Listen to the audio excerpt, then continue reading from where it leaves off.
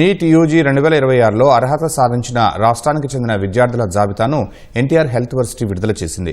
రాష్ట్రంలో అర్హత సాధించిన 33,220 మంది అభ్యర్థుల roll numbers, all India rank, neat score వివరాలను జాబితాలో వెల్లడించారు.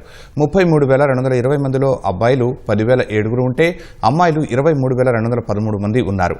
ఎంబీబీఎస్, బీడీఎస్ కోర్సుల ప్రవేశాలకు సంబంధించిన షెడ్యూల్ను అధికారులు విడుదల చేశారు. All India quota, deemed central వర్సిటీలకు ఈ నెల 4 నుంచి 17వ తేదీ వరకు కౌన్సిలింగ్ ఉంటుంది. సీటు పొందిన విద్యార్థులు ఈ నెల 22లోగా సంబంధిత కళాశాలలో చేరాలి. రాష్ట్ర కోటా కౌన్సిలింగ్ ఈ నెల 13 నుంచి 22 వరకు ఉంటుంది. ఎంపికైన అభ్యర్థులు ఈ నెల 28లోగా చేరాలి.